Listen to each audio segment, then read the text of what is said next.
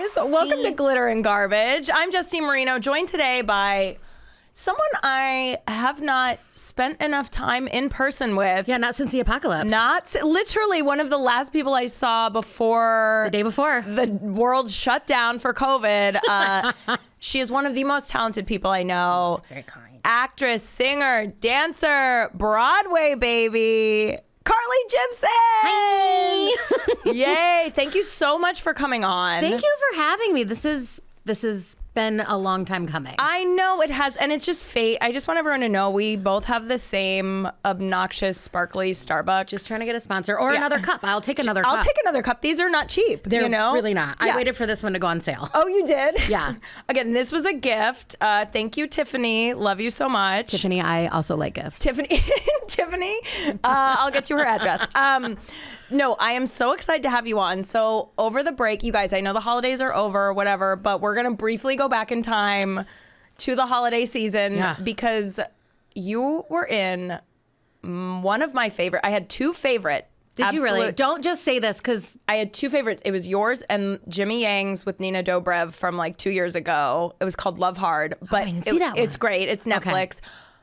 I loved your Christmas movie. Thank you. Holiday in the Vineyards. My parents and I watch all of these movies. Some of them are garbage. It's like a cult, this Christmas movie phenomenon. It really is. What's it like being in the cult now? Okay, it's amazing. Yeah. So I always said like I'd never be in a cult, but honestly, I feel like I could be talked into a cult very easily at this stage in my life. I say that as well. Because I've been watching a lot of cult documentaries. It's like Hallmark movies and cult docs. Yeah. And I'm like, how do these people get roped in? And then snacks. All you really need at this point is snacks. Totally, snacks. Like also, I remember I was swindled at a mall kiosk in Vegas and paid $140 for 2 cell phone cases. So like I would be in the cult. You know what I mean? Those kiosks will get you though. Get you. Those kiosks will really get you. Before you know it, you're like, I think I have a timeshare in Boca. Yeah, I'm not sure about it, but it works. It's so much fun. So I had no idea that this was going to be what it was. This was a project that I booked this time last year. Okay. And it was just like an indie film, and I was like, oh, I'll do it because I needed insurance and work, and also the script was really cute.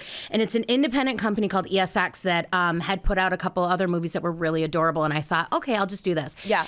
And it wasn't until we started working on the project and I got to work with Sol, who is an incredible and just like gore. I mean, being next to her on screen is offensive. No, it's truly disrespectful. Honestly, she's so stunning, but you looked equally as stunning right next to her. Honestly, though, like when we saw the first like preview of it or whatever, I was like, this is the most disrespectful. Like I can't. She's so incredible. But yeah. So when we got going on it, what I really loved about it. Obviously, I love like the cheesy rom-com Christmas thing, but I was like, I felt like, and maybe this is because like I'm in the cult, but I felt like we were doing more than that. Like what I loved about this is it is a holiday movie because it takes place during the holidays, but it's really got a lot of heart, and it was about families. And what I loved about my character, Cindy, is that there was a lot of female empowerment in the relationship between the two of them. Like normally females are there to either be like competing for each other or fighting over a man or, some sort of those tropes. And this just didn't have that. I loved that Cindy was both like a hype woman for her, but also, a soft place for her to land, and also like a babysitter, and also kind of a hoe. Yeah. And also like I secretly think is in love with Val, which maybe I'm just projecting my own feelings about Saul into that. I love it though. But like I had a side story going on, and if you like got the subtext of that. I totally did. Like I was like, are they gonna run away together? Like, is this gonna have the biggest twist in like Hallmark movie history? Wouldn't that be the tea? Yes, it would be. I would actually love that. This movie is so good. And here's what I'll say, because again, my parents and I do watch all of them. Yeah. Like all Christmas break, we just watch 1 to 2 a night. We are obsessed. That's a commitment. It's a commitment. And to be honest, the night before we watched yours, we watched a pretty bad one on Netflix called Father Christmas is Back, I think. A lot of time went into the title of the movie. That's one of my favorite things. Like, is it the last thing they do? They're like, shit, we need a title.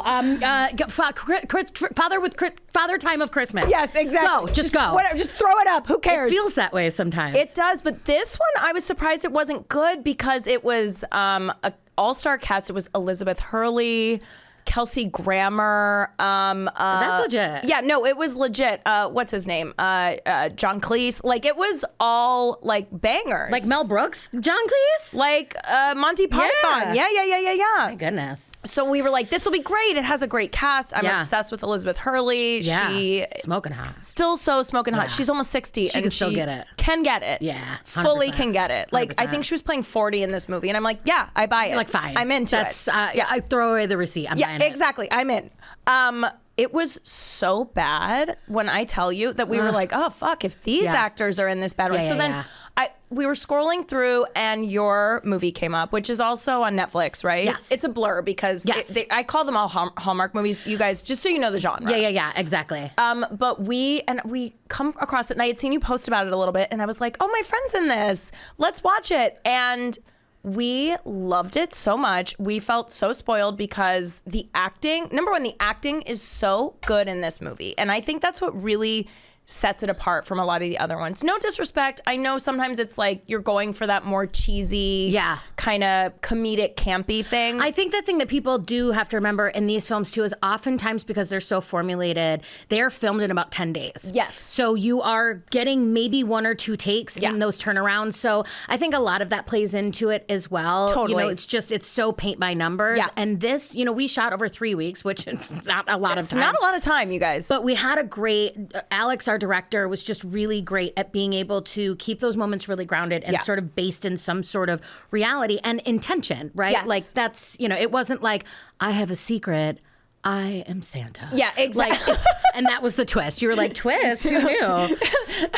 But it was, you know, so it was really cool in that aspect. And then when we actually found out like 3 months ago that we were going to be on Netflix, because that was the thing, we didn't have a home. Right. We didn't know where we were going to go. It was indie, yeah. Yeah, and so we found out we were going to Netflix, and then it just sort of worked out too that like with the strike, we were like, there's not going to be a lot of oversaturation in this market. And we were like, is this really going to get the chance? And we, as like an indie movie, and I don't know what the overall budget was, but it's like ultra low budget or whatever. Like we were number 4 in the top 10. That's incredible. Up against like The Switch with Jennifer Garner, which was a $10 million plus movie. So absolutely. like we were really proud of that we were contending with these huge blockbuster movies, you know, in a market as like a little indie film. That's so cool. And looking at it, it did not look like a little ultra low budget film to me. It looked good. It looked on par with any of the other ones with Father Christmas is Back, you know, which looked better than that, if I'm being honest. It's a cinematic classic, Father Christmas.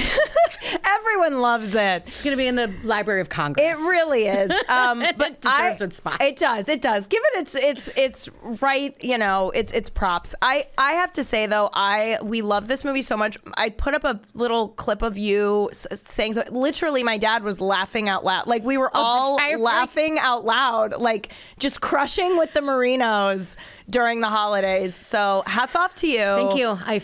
Listen, I'm going to put that feather in my cap. No, please do. I don't take that lightly. And you played my favorite character. You know, every rom-com has the trope characters, and you played my absolute favorite one, which is the best friend that is overly invested in your friend's relationship. Like to the point where you're like, wow, you're a nurse. Yeah. You didn't have to be at work at any time. Like you don't have a... That's what I love about this character is like in all these movies, they have no life. They have nothing to care about more than... Not for this time. Not around the holidays. No, not around... No, who cares if they have kids? Fucking put them with a sitter. We saw them once. Yeah, we saw them. You don't even worry about where they are. Who gives a shit? It's not my business. Your friend might get laid. Let's talk about that. Exactly. That guy was hot too. Oh yeah. Josh Swickard. He's a piece. He's so charming too. Yeah. I was like, oh, he just... He and his wife are both offensively good looking. Yeah. Where you're just like... And then they made more people, which good for them. Oh God, those are gonna be hot people. Yeah. Right now they're little, so I feel like, you know. Okay, yeah.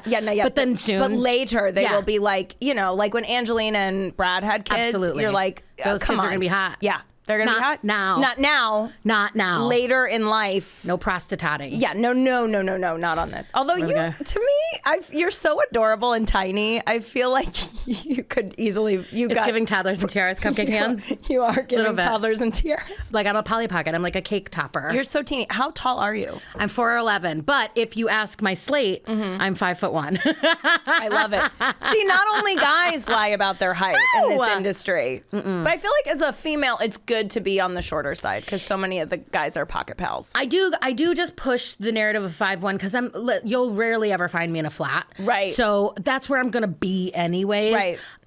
But, you know, I just think people hear 4'11" and they think little person. Yeah. And I'm a little person, but I'm not a little person. Yeah. So and it's not, but I think that's where people go. Totally. So I just push myself over the 5'1" to be like grown adult person. And you are. And I was thinking about when we met, which was on Funny Dance Show. Yeah. And I just instantly fell in love. I remember they were like, she was in Hairspray, which is one of my all-time favorite musicals. I love musicals. I want to ask about Hairspray. You can ask me anything. So I'm going to fangirl a little bit right now. Obsessed. You played Tracy. I did. What was that like? What was the audition process like? Were you like chill, cool? Did you know you like had it? Were you like, this is mine? No, I was really young. I was 16 when this came about, and I was in high school, and high school was kind of kicking my ass, and I was like, ugh, and so I was really fortunate. I was involved in a lot of community theater, and I was doing a show at the time at our regional theater called Cherry County Playhouse. And they were doing a world premiere of a new show called Crash Nation. And so there was talk of, it was really cool. It was an ensemble piece. It was for kids from like 16 to 25, 4 boys, 4 girls. And it dealt with like a lot of young issues. So like abortion and losing your virginity and Columbine. This was like 2001. Wow. And so it was basically like, it was this thing called Crash Nation where like these kids could have a place to go talk about like being abused or just like a safe place. This was kind of before like the narrative of mental health and safe spaces were kind of in the zeitgeist. Sure. And so it was this really cool musical where it was like Stomp meets Rent meets like Schoolhouse Rock. Anyways, there was talk of bringing this show to New York. And so a New York agent had come, this is in Michigan, and to see the show. And I remember it was hilarious because, of course, you know, it was so waiting for Guffman. Like we were like, a New York agent is coming. We're all going to get discovered. Yes. And like it was this whole thing. And really they were just looking at the show to see if they could transfer it. Right.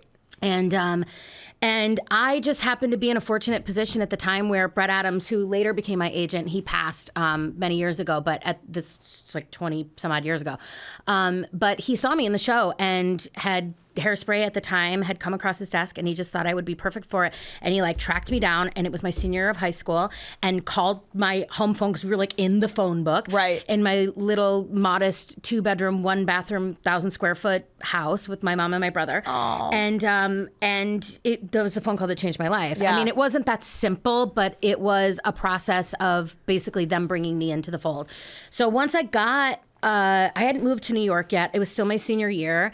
And I kind of knew that this was going to be a thing. So I, again, high school was a struggle bus for me, and I wasn't really on par to graduate. So I promised that I was going to do these correspondence classes and lied and told everyone that I graduated early, and then had a graduation party and took that money and moved to New York with it when I was 17. Oh my God, I love it. 5'1", and don't trust if she says she's having a graduation party, you guys. No, I actually feel bad. I mean, it worked out fine for everyone that gave me a bunch of money for college because I said I was going to Western. I was accepted into Western Michigan University. Like I lied and said I was going to college. Oh People my were giving God. me gifts with like Western Michigan University wrapping paper. Oh my God, and I was like opening it, hilarious. being like, I can't wait to put this in my dorm. I can't wait to be at the dorms there at Western. Yeah. So, not a true story. And so, so I went to New York and moved in with a friend of mine that I had met doing that show, who was a couple years older than I, and we lived in a tiny little studio at 103 in Manhattan. He's still my best friend to this day. Aww.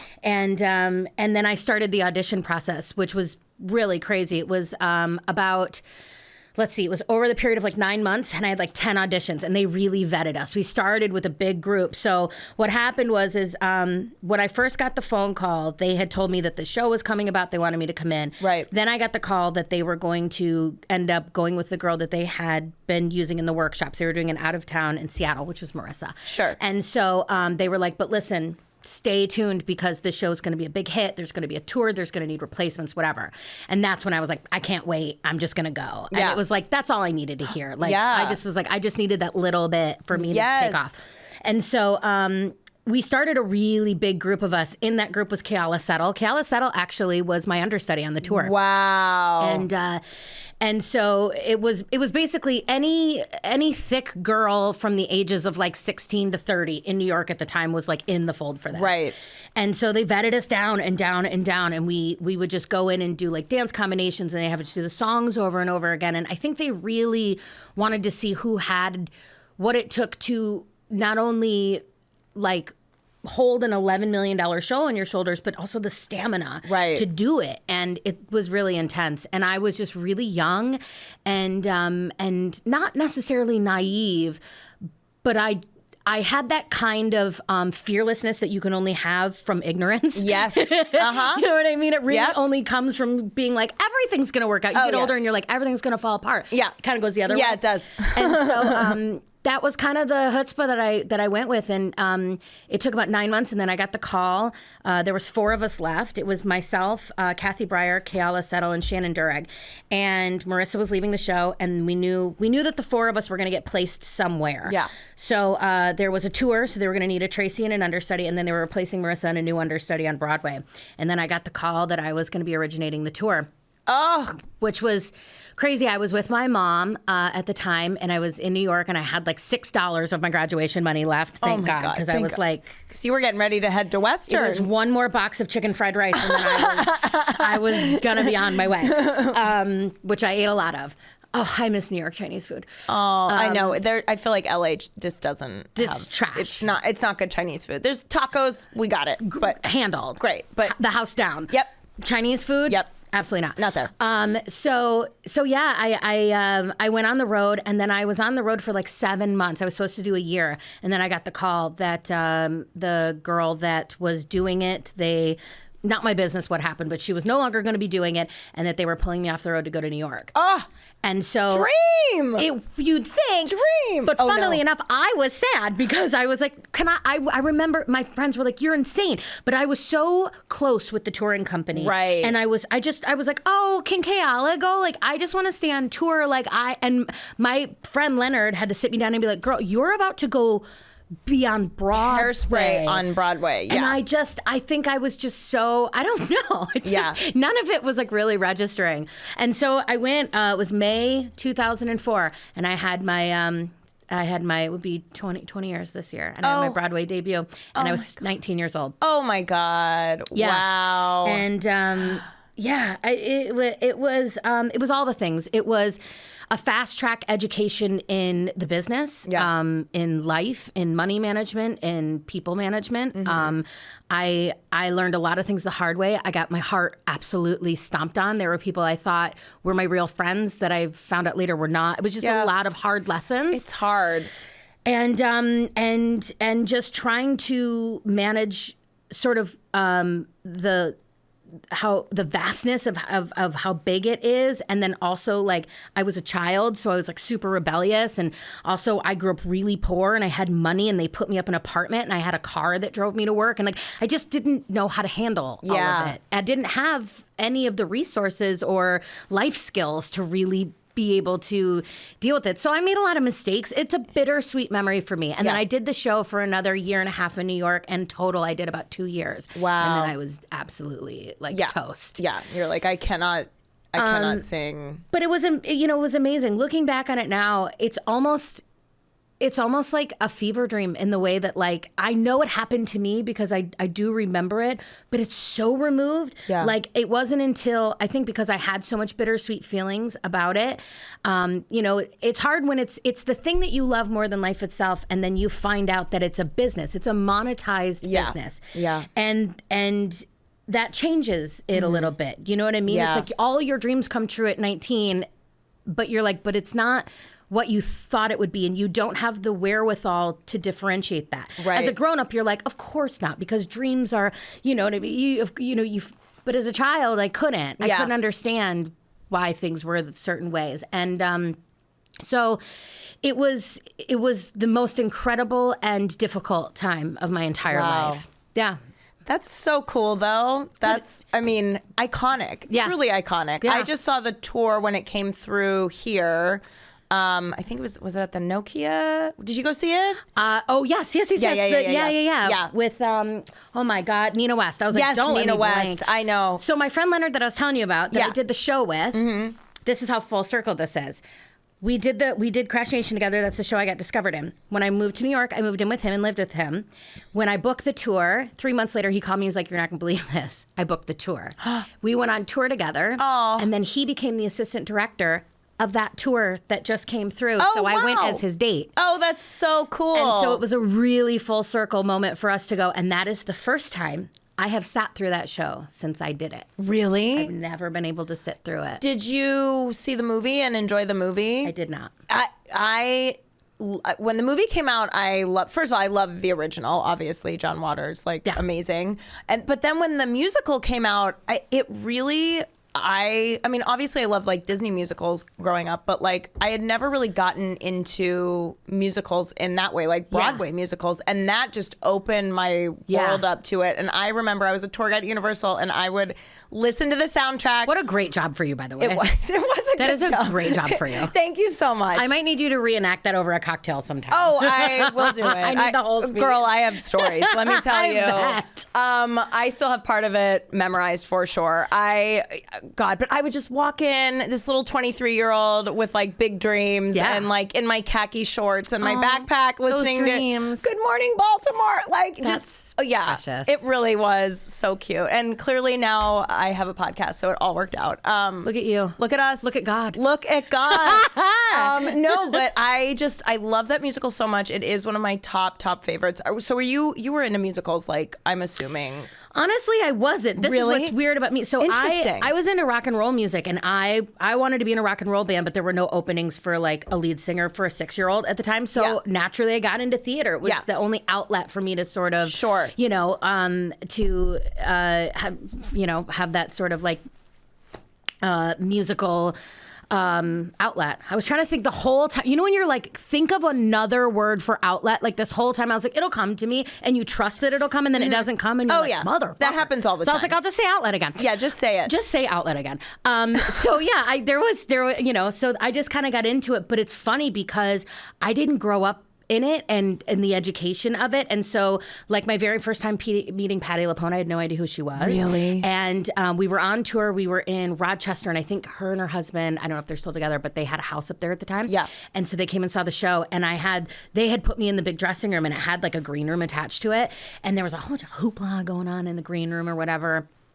And I was like, what the hell is going on out there? I was like trying to get dressed. And somebody's like, oh, Patti LuPone is here. And I was like, who the fuck is Patti LuPone? And this is how I met her. Because she turned around and went, I am darling. No, and she heard you? She full on heard me because I'm a little loud. I know And then of course, after I educated my very ignorant self, I was mortified that I didn't know who that was that's from that point on, I was like, I should know a little bit of what I'm doing here. Right. Yeah, sure. Just for those moments. Yeah. But speaking of musicals, there's a big musical movie coming out this weekend. It is this weekend. Okay, yeah. Mean Girls, the musical. Here we go. I have been accosted by the preview for this musical, and everything. Friends are like, "I'm at this event. Do you want merch?" It's everywhere. I'm embracing it. I was mildly offended at the trailer when it said "Not Your Mom's Mean Girls." That was a little polarizing. Was it necessary? I'm like, what? Also, who's mom? Yeah, I'm not a mom yet. Like, calm all the way down. Exactly. Also, God bless you for thinking I still could be. I know, right? Thank you so much for thinking my eggs are still good. But absolutely not.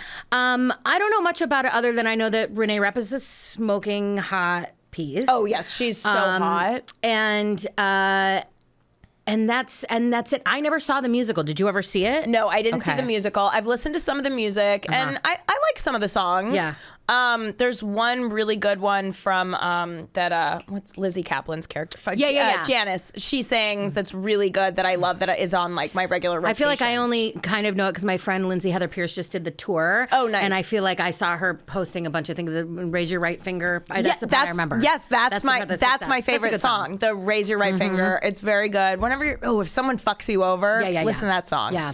I'm curious to see. I guess originally it was supposed to just come out on Paramount Plus, but then because the strike, they're doing a theatrical release. Yes, because the strike, they didn't have a lot to release. I also think too. I think it gave them more faith. After the Barbie movie, of people going back into the theaters. Yeah. I think that there was like a resurgence where people were like, oh, people do want to go back into a brick and mortar theater and watch and have that experience. Oh, absolutely. And that's my favorite thing to do is go see a movie. Right? I am a proud AMC Stubs A-list member, so I see 3 movies a week usually. I've seen Anyone But You with Good Sydney for Sweeney you. twice already this week. Like I love... at that point, you're like, you might as well just, Right? go. Why not? If it doesn't cost anything. I fully become a boomer when I go to the movie theater, and I do. And my husband's like, every time you have to do it every time to that poor kid working at a concession stand. But nothing infuriates me more than the markup on pop and popcorn, because there's nothing cheaper in the world to make than soda and popcorn. So true. And the markup, I literally try to do the math sometimes, and I'm like, I don't know why I'm so invested in this, but it has to be like 1,000% markup. Oh yeah, it's crazy. I mean, anything really, like candy. You know what I mean? But specifically, like just to make like a thing of popcorn it's like 6 cents. Yeah. It infuriates me. And I always have to bring it up every time. And Garrett's like, then just bring your own food in like everyone else does. And I was like, it doesn't taste the same. It is true. And you want to be like, oh, I'm part of the culture, you know?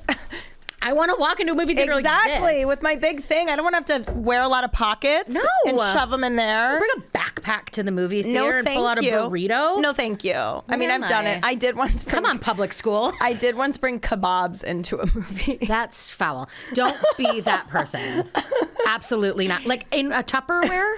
My friend had this crazy, before AMC Stubs A-List or Movie Pass or anything, my friend who is a comic has a fan who's like bigwig at AMC and gives him a pass every year so he can go see as many movies as he wants and bring a guest for free.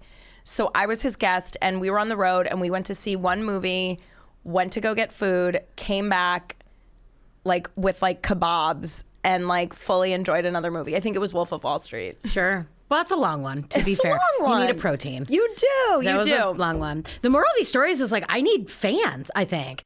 You get cups and AMC hookups and merch? I know, I do. I get a lot of free shit, which is great. Also, you guys, if you hear me coughing, I smoke a lot of weed. I'm so sorry. I took a really big hit. That's do you fine. smoke or? I do. I'm a little bit of a baby about it though, because I can't do it in public. Yeah. My husband laughs at me because I'll literally like smoke and then forget that I ordered Chinese food because I'm always still trying it. And because I'm like, I'm bound to determine I'm going to find that one place that's still good. Oh, 1,000,000%. And I'll forget and be like, and I'll be like, you have to go. He knows. So I think it's just that millennial guilt of like, I think it's going through the fucking DARE program that like destroyed me. Because remember how like hard they were about weed specifically? Oh, yeah. It was a gateway drug. That's going to ruin your life. My mom passed like 10 years ago, but I wish she could. I'm like, she would lose her mind to go into these dispensaries and just see weed like under the glass for sale. It's crazy. Because it was so like brown paper bag growing up. It was such an ordeal. Or like in a little like sandwich bag, like just a bunch of shitty little corner weed. Oh, tied yeah. off. Mm-hmm. Yeah, dime bag, nickel bag. Oh, Those yeah. were, yeah. And it was just like dirt weed. We used to get such bad dirt weed. But yeah, I think that's still ingrained in me where I struggle with, like, people will just like light up a joint on the street corner. I'm like, does your mom know? That's like, me. That is 1,000% me. And it's fine. Like, it's totally fine. But I still can't, I don't know. That guilt thing hits me hard. It is kind of weird sometimes. I mean, now I do it so much, it's whatever. But every time I leave, because I live right by the Comedy Store and the Laugh Factory, and as soon as I get out, I'm just like lighting up a joint, walking down Sunset. I'm like, this is not technically legal because I don't think. Is it not though? It's like you can't have a beer in public. Exactly. It's like drinking in public, but it's like, who's gonna really stop? I mean, the cops don't even stop robbers. You know, like what are they gonna do? Very busy. Exactly. Very busy, like examining a mattress on the side of the road. I live in Beverly Hills, below Sunset. My husband's in real estate, so he's a property management, and this apartment came with the job. So I always feel like I have to disclaim that because when people hear that I live in Beverly Hills, they're like, oh, people actually thought, I could not believe this when I first posted that we moved. People were like, did you buy in Beverly Hills? And I was like, adorable. Can anyone that you thought that I could? Can anyone buy in LA at all? Like, let alone Beverly Hills? Like, even Compton to have like, and I'm not shitting on Compton. Like, I would live anywhere. Yeah. But you cannot live in Los Angeles and not have bars on your windows for less than $1 million. Yeah. It's just not a thing. No, you have to go out. Like, my friend's got a good house in like Simi Valley. Like, you have to go. Then you might as well live in Ohio. Exactly. Like, at that Deep point, Valley. Yeah. That's how I always felt when I lived in New York. People were like, I wouldn't move to a borough. I was like, if I'm going to live here, I want to live in Manhattan. That's how I feel. That's why I live right in WeHo, because I'm in like Beverly Hills, like very central. We're going to be renters. We are. That's right. I remember I saw you walking your dog. Oh, remember? yeah. I was like, I think you were giving like, I want to say it was giving a 2-piece matching like jumpsuit situation. You were very like Vidal Sassoon commercial. Like it was giving, the wind was hitting you. Thank you so much. I like knew it was you. We were literally driving by and I was like, I don't think I'd seen you in like 4 years. No. And I was on my phone and I went, that's Justine. Oh, like it was my that God. quick. So many people, because I live like. You just walk up and down that street. I just walk up and down. I don't even live there. I just walk. You're like, it's not even my dog. Yeah, it's a prop dog. It's not the dog even is a paid actor. It's not even a real dog. It's AI. Okay, so Mean Girls, I'll probably see it. I'm curious how it's going to be. I mean, you're probably going to see it twice and eat a kebab in between. You know me. Yeah, that's true. I'm going to sneak in with a kebab. Cut the shit. Let's just tell the truth. You've already hit your quota this month. You're going to see it. That's true. I am going to see it. I'm excited for it. It looks cute, though. The Not Your Mom's Mean Girls was a little bit of a like. It was too far. It was out of pocket. Okay. It was unnecessary. We deserve a public apology. Exactly. We do. Please. We ran so you could walk. Exactly. Okay? Exactly. So have some respect. And I'm sorry. None of those girls are Rachel McAdams. That's all I'll say. They're great. They're lovely. They're talented. But there's only one Regina George for me. Yeah.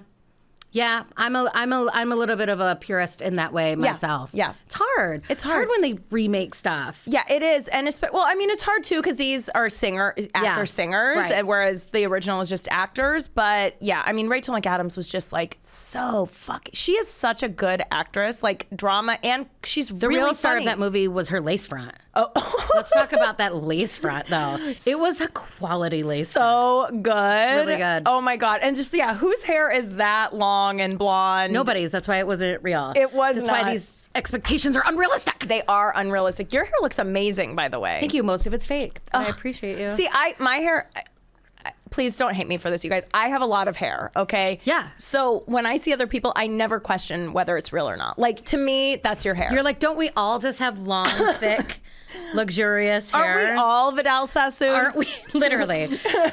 No, Justine, we're not. Your hair is looking killer, though. Thank you. It's funny that you say that. Do you want to? This is Yes. reality versus. Okay, so 2 days ago, I had a MenTB breakdown. Wow. Because I, in efforts to like save myself the sensible $600 it costs to get anything done at the salon anymore, Yeah. which I want to say, it's a service that I appreciate. I think everybody's time is worth something, but holy shit, Yeah, no. have these prices gotten It's out crazy. of control. I know. So I was like, I'm going to do it myself. It went awry. I've spent the last 4 days toning, bleach washing. Like when I'll show you pictures after. I have to It was see. 6 different colors. It's a whole Stop. different thing. I definitely cried about it last night. I FaceTimed my best friend at home who owns a salon who walked me through baby lights to like break up some of the things in my hair. Oh, my God. Garrett was helping me.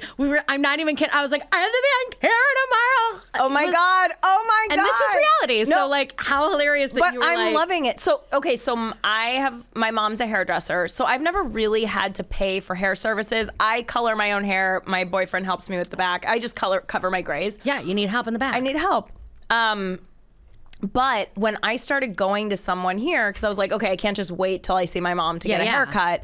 I was like, wow, these prices. I mean, the woman I go to is reasonable for LA, but then I did start getting a Brazilian blowout. And then when I do that, it's like $600. I know, but like, here's the thing. One of the last people that I went to, I'm not naming any names, but we had a whole conversation about how like you get nickel and dimed and they always throw things in at the last minute. And she was like, oh my God, yeah, like I hate that. Like I have to be so upfront about my things. And then I'm sitting there with dripping wet hair and she's like, oh, and it's $50 to dry. And I was like, did we not just discuss this? Also, does that not come with it? That's insane to me. Like, just put it all in one thing. Who is getting a haircut and not wanting a blowout? Like, I want to see the results. I want to see what the fuck you did. Beyond. It's beyond. I mean, look, maybe it's jealousy. Maybe I'm just jealous that that's not what I'm doing. That I can't upcharge for every extra thing that I do in life. But bet. What if we could upcharge? Like, oh, you want me to finish this line? That's an extra $50. That's right. That's right. Oh, you want me to cry? Yeah. It's $60 for this one and $150 for this one. Like I do. That and the tipping thing. Oh, you have to tip everywhere now. It's crazy. It's like, hi, I just ordered like a $19 latte. Would you like to tip like 25% or 50%? Yeah, I almost commented on TikTok. Do you ever write an entire TikTok comment and then delete it because you're like, I don't want to deal with the aftermath of course, this? I do that constantly with trolls on my account, and then I'm like, and then I just block them instead. But I do write. This lady monologues. got like a family meal from Texas Roadhouse, and she was like, it was $55, and then she went and picked it up, and she was like, after tax and tip, and I wanted to be like, tip for picking up? Oh, that's what's crazy to me is like picking up. If you just walk up and grab something, yeah. Like every time I'll do an Earth Bar smoothie, which is a $15 smoothie, so that is, I made some bad life choices, but I get there and it's like tip, and it starts at 20% for what? Yeah. What am I paying for? And they know if you start doing the custom and typing shit, and everyone knows what you're doing. Oh yeah, like it's a dead giveaway. Like if you don't just hit it and then move on, but if you're like, they're like, oh. Yeah. Okay, 10%. Yeah. I'm like, it's about to be zero. Yeah. Lacey. Exactly. Lacey. Yeah. Fuck, bitch. With a double E. I can't. God. No, thank you. Ellie. I know. This is where I know I'm becoming my mother in so many ways. Yeah. It's hard. It's hard to get old. It is hard to get old. Well, we're around the same age, I think, right? I'm 38. 39. Yeah. I'll be 40 this year. Oh my God. You look amazing. Real. It's really happening. It's Botox. You look... Oh. I'm actually, you want to hear the funny thing? I'm in between. Okay, so I got it done on Monday. Do you want to see? I'm good. Because I don't give a shit. I'm an open book. Let's see, 9 more days it's going to be perfection, but I'm in that really weird, if you've ever gotten Botox. I haven't, so tell me. Okay, so it takes 14 days for it to fully settle and for everything to like fully paralyze. Right. So glamorous. and so in the in-between, you get Willy Wonka shit. So like, I'm going to scrunch right now and show you like what, look at why are my eyebrows, in 9 days, none of the, everything's going to. It'll be nothing. Bitch will be snatched, right? But like it's the in-between. So I had to tell myself after I had my Mentee B, because I was like, I know I'm in the mid-stage of my Botox. Yeah. I was like, don't do this too much. Just to let. You look great. I would have never. I was literally like, you look snatched. Like your eye, like you know how Bella Hadid has like her eyes just go up like that. I think I just came. Thank you so much. You're welcome. I aim to please. No, but really, I was like, you look amazing. Yeah, but you can paint that way. You can. Yeah, absolutely. I was also raised by a lot of drag queens in New York, coming up in the scene. Bless. So like, you can 100% paint your face, and like it's funny because I was like kind of offended. My friend was like, you should do like TikTok things for like painting for like mature skin, and I was like, okay, fired from my life. Fuck you. Yeah, mature. I hate that. And that's what I can't imagine getting pregnant now because it would be a geriatric pregnancy, and I don't want to be called geriatric. I think like after 34, it's considered a geriatric. But how fucking dare? Like we don't have it bad enough. I know. Like, you can't just say a late in life pregnancy or like smart choices. We just can't call it a smart. Yeah, exactly. Just like wanted to get her shit done first before she had a kid. Yeah. Wanted to have a career pregnancy. It's hard. It's hard being a woman. It is hard. I hate it here sometimes. I know. It's really rough. It really is. Okay, wait. But speaking of being here in Hollywood, Golden Globes was this. You better segue this. You better find a segue. Out. You were like, speaking of living in Los Angeles and the Golden Globes, come on, segue. Take us there. I love you. You watched. Yeah, I did. And you watched live in real time. I did in real time. I was dyeing my hair for the first time in 4 days. No, it looks great. I watched in real time. Okay, so as a comic, I didn't watch. I had a show myself, but people were texting me. I bet. What's going on with this monologue? Yeah. Is he bombing? What's happening? Here's the thing.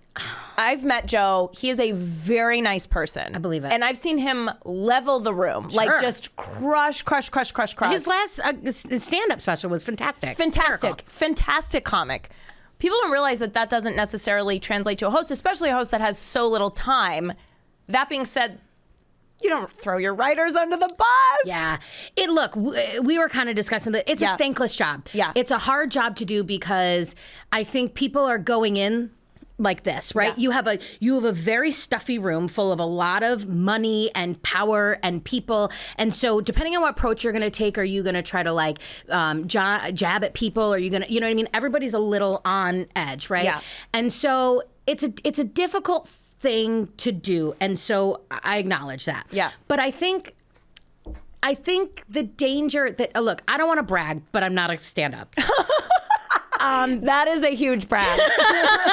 No joke. But I will say, it's very poignant what you say about things not translating. I do think like people tell like pretty much my whole career, people be like, you're so funny, you should do stand up. And I'm like, just because I'm funny doesn't mean I can be a stand up comedian. I've never done it because I know that it's a completely different medium. It's a completely different skill set. It's completely different lifestyle, goals, all of the things. And it's just not something that I was ever ready to commit to in that way. Nor I'm good in the moment. I'm good at storytelling, but like setting up jokes, writing jokes, these are all very different things. So I think you're right in that it doesn't necessarily translate to hosting. Mm-hmm. But I think the reality is you could say, oh, you know, he went for the women and the anti-feminine. I don't think I think if it's funny, you can get away with anything. Absolutely. If it's a well-crafted joke, you can get away with it. 1,000%. It wasn't fucking funny. No, they weren't. And that's good just jokes. it. Yeah. And here's the thing. You could maybe later on a podcast be like, oh man, I didn't have a lot of time. Yeah. And, you know, the writers were kind of pushing me this way and whatever. But like in real time, motherfucker literally was on the Titanic and they're like, poof, like push them all. Yeah. It made it worse, I think, because you could tell he was flailing. Absolutely. And that's the thing, as a comic, you cannot let people see you flail. Yeah. If it's going badly, I think, like, comment on it, but own it and, like, be present in the room, but don't, like, start yelling at them. Don't make it that it's their problem that the jokes aren't landing. They weren't very good jokes. Like, they really weren't. And Anthony Jeselnik, you bring up something about him, like, he would have gotten away with it if it was funny. Yeah.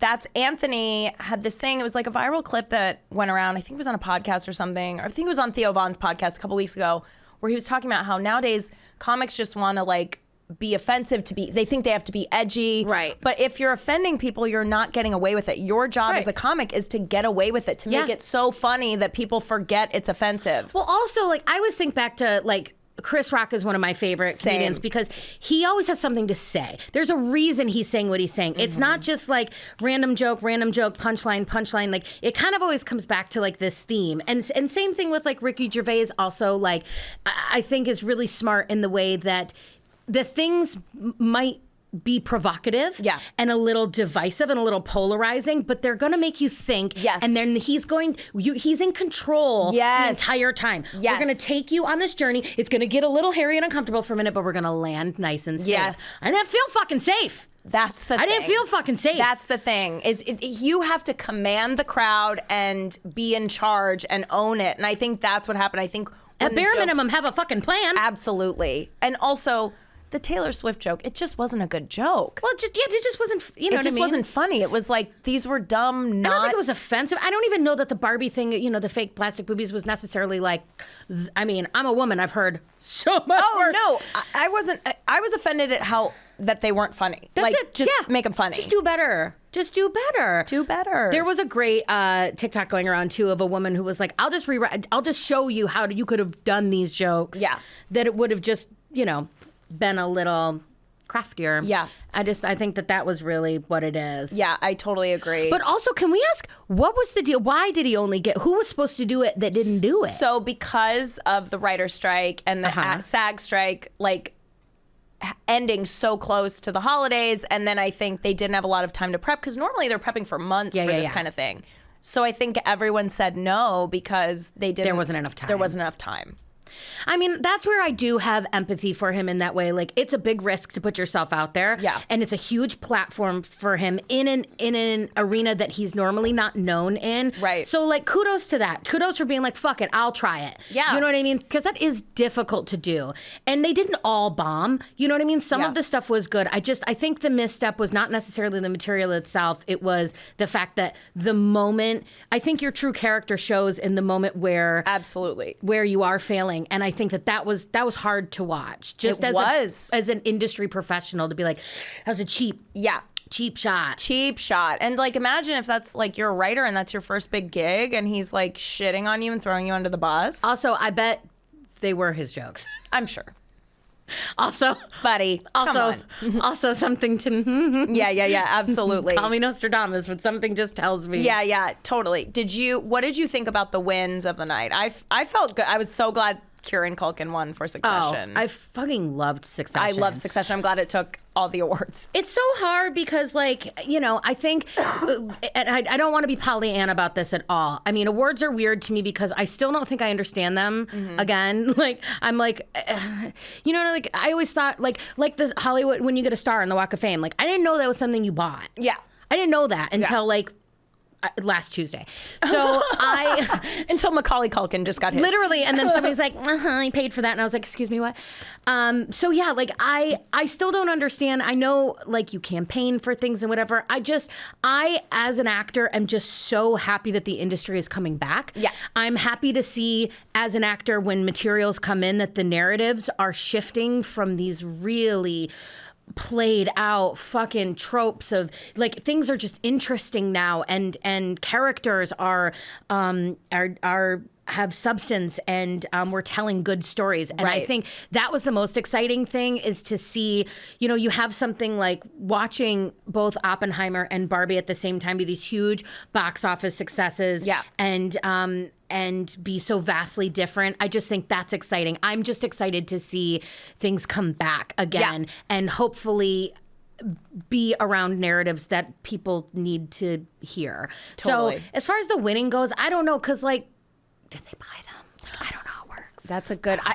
Do they buy? I didn't know that. Do they? I know they campaign, and I know it's like certain people are, you know, like. But it's kind of like how our government is, where it's like, but like the banks own us, but we owe the banks money, but then the banks own us, but then we own the bank. Right. Do you know what I mean? It's like one of these things is not like the other. Right. Like I don't know how it. I'm not sure. You're not. I was like not good at science because I didn't take college. Yeah. But I. But I don't know. So like when people are like, "Oh, are you so happy this one?" I'm like, I don't know. Yeah. What does winning mean? Whatever, if they bought it or not, I'm so glad Succession won. I fucking loved Succession. I did too. I binged the shit out of it. The acting is so good. Wait though, I don't know if this is a hot take or if everyone's like, if you're gonna be like, Carly, you're a fucking moron, like everyone says that. Yeah. But is it not just Arrested Development, but dark? Oh, it is almost to a T, the exact same family. I feel like, have I seen that, or I maybe saw it, but with another family. But that's not. To me, it's a dark Arrested Development. I love that. I don't think I've heard that. Yeah, like there's the Portia. Like I think that Kieran is like the Buster character, was like neurotic and sort of anxious and sort of whatever. But like if you take that entire family. And like it's the exact same. I think you're onto something. I was like, the whole time you were watching, I was like, is this not just Arrested Development? Where's Jason Bateman? Get out here, buddy. That's one of my favorite shows of all time. It's so good. God. Yeah. Okay. Before we wrap, what do you fangirl over? I ask everyone. What's like your jam? Like I fangirl over musicals, Succession. Drag Race. Yeah. Yeah. I'm big in the drag culture. Like, I love that. Yeah. I mean, that's kind of my biggest sort of thing. I was very fortunate enough to have the best and worst day of my life, like a year before the world shut down, where I got to meet RuPaul and instantly shit my pants all on the same day. Oh my God, you shit your pants? Yeah, I absolutely did. I was filming season 2 of The Guest Book at the time, and I was really sick. And I went to the doctor, and I knew that I was asked to speak on a panel at DragCon. And it was like a Broadway, and it was a panel. It was me, Shirley Ralph, Frankie Grande, Nikki Snelson. It was really cool, and I was really honored. Oh, I love her. Nikki choreographed on Funny Dance Show. Oh, that's right. That's right. Yep. And so I was really excited about it, but I was so sick, and I went to the doctor, and they were like, okay, and they put me on like a 3-day antibiotic, which is basically the 10-day, but like put in 3 pills. Oh, wow. And anybody who's like been on antibiotics before knows that it's kind of like an everything must go sale. It's like full liquidation. Yeah. Right? It's like it's like if you ever really want to cleanse and also sweat and have really weird nightmares, take antibiotics. Yeah. So I was on day 3, and I woke up that day, and I was like, I'll feel better, and I didn't, and I was like I had that horrible clammy, like you can't get your makeup to stick, and you just like and I just felt off and disgusting, but I was like, I knew I had to pull it together, and I was like trying to get ready at the time, and my husband was like trying to hype me up, and I was like, don't fucking patronize me, because I'm not nice to him all the time. And so like I couldn't get my makeup to stick to my face, and it was just like the most horrible thing. And Rob Bagshaw was show running at the time, and so he was like, I'll pick you up in a car. Like I couldn't cancel. Yeah. And so I was like, I have to go, and so we go. And we're at DragCon, and I say hi to a few of my friends, and I know like Ginger Minge and Pandora Box are good friends of mine that I've known like way back in the Hairspray days. And so I say hi to them, and I'm just kind of not feeling good. And Rob says to me, do you want to meet Ru? And we had about an hour before the panel, and I was like, yes. But like also, like, and I like had the shakes, and I'm just like, and it's that cold cement floor. Anyways, we go in, we do the meet and greet. This is like the best and worst day of my life. We do the meet and greet, and so Ru's in this like box, right? Where because you can't like snap a picture outside of this. And there's 2 lines. There's the regular line, and then there's like the VIP line. So they put me in the VIP line. They hand me off to another handler. They push me into the room, and right before, and they're like, don't tell Ru that you're sick, because he's a big germaphobe. And I'm like, he's gonna be able to tell. Like I look like I'm coming off of heroin. Right. Do you know what I mean? Like I'm in full sweats, the whole thing. And so I go in, and as I come in, they were like, and here's Carly Jibson, Tony Award winner of Hairspray. And I was like, oh no, no, I'm not. And so the whole thing just starts spiraling out of control. Oh no. Now keep in mind, I'm not the Tony Award winner of Hairspray. Marissa is. Yeah. And Ru knows Marissa. Right? So like now I just look like a crazy person who was lied. Right. To get into this room, who's also sweating uncontrollably. If Ru happened to be at your college fund party, you know. No, that tracks. So anyways, I meet Ru, I get my picture. I still have it to this day. It's hilarious. I knew that he knew that I was sick because he's like I'm standing in front of him. His hands are like hovering over me, like won't touch me. I have it framed in my house to this day. Hilarious. I incidentally went on Instagram later and like cheek to cheek with everybody else in those pictures. Me, hands hover. I leave. I'm like, that was horrible. That was the worst thing ever. I like cried halfway through. I think I said, I love you so much. My mom died. I said crazy things in 30 seconds. Oh my God. I just looked like an insane person. I love it. I leave. I'm standing on the floor. It's like 20 minutes before I have to go into this panel. I'm just as sick as can be. My manager's like, I'm gonna go get a cocktail. And I was like, cool. I'm standing there, I start having a coughing fit. And I'm like, and it's just so bad. And I can't like get it. And I cough. And the next thing I know, I have shit. No. In my pants. Did it like go through? So I'm wearing like jeggings at the time. Not jeggings. And like a nice little tunic thing. And I'm like, I panic, and I turn to my friend at the time and I go, I have to go to the bathroom. And he's like, okay, girl. And so I take off running to go, because the only bathroom I know is like where the talent bathroom is upstairs. Now we're at the fucking Staples Center, like, or not the Staples Center. What is it? Where the cons are. Where all isn't it? It's the downtown LA Center, whatever. Yeah, LA Live. Whatever it is, the big one. Yeah. I run up these fucking stairs. The woman who was like running World of Wonder at the time, who I have not met yet, is like standing at the top of the stairs. She's like, Carly. I was like, I ain't got no time, bitch. I like run past her. I burst into the bathroom. There's queens everywhere. I go into a stall. I got to assess the situation. I pull my pants down. It's bad. It's like really bad. No. I ditch the underwear because there's no saving them. And I have no choice. Now at this point, like I'm full like Winnie the Pooh. I'm all tops and no bottoms. So like I'm in a full state of panic and I don't know what to do. So like I take my pants off and I am rinsing them in the toilet water, the clean toilet water. No! As best I can. What? And like I'm shaking. I hear, Carly, are you just about ready? I'm standing completely punani to the wind, just like rinsing my jeggings in toilet water at the Yep. And so I finally get them out and like literally like wring them out so that they now just like a sensible like dark denim all over. At least it's even. Oh my God. I put them back on. I thankfully had perfume in my bag so I just didn't smell like a porta-john. Yeah. Sprayed myself with perfume. I like go out, I wash my hands. I'm like sweating so I like tuck my hair behind my ears and like got a little bit of like, got my powder out of my bag. It was like just touching up my eyeliner. And I was like, here we go. I went and sat through that entire fucking panel for an hour where people were like, what's it like doing Tracy Turnblad? All the while with like soaking wet toilet pants. And like, and just absolute. So we leave.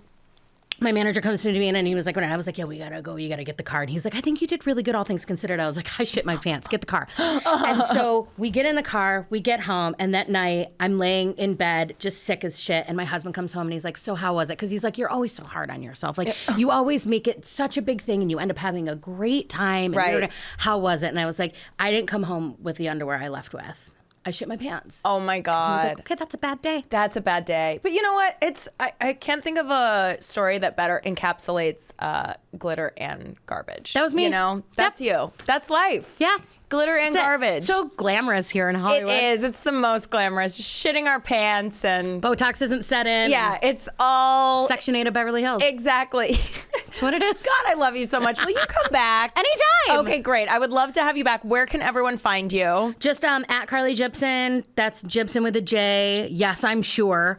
I can't tell you how many fucking times people were like, "You're sure it's not Gibson?" Yes, I'm fucking sure. I'm pretty sure what my last So name it's is. Jibson, Carly Jibson. I was gonna say Twitter, not Twitter, because it's not 1998. Instagram. Yeah, that's where I be. Great. You guys follow her. She's so fun and funny, as you could tell, and I will definitely have you back. And check out her movie, even though it's not Christmas, Holiday in the Vineyards. It's about wine. Just fucking, it's about wine. It's a You'll love wine it. rom-com. You'll love it. That's Right? good. You should do the Good. promo. I Someone should. I'm happy. I'm happy to. I won't even charge. That's how passionate I am about this movie. Wow, no upcharge. No upcharge. You're a good person, That's Justine. why I host a podcast. You guys have been amazing. I'm Justine Marino, Carly Jibson. We'll see you next time on Glitter and Garbage. Bye. Bye. Glitter and garbage.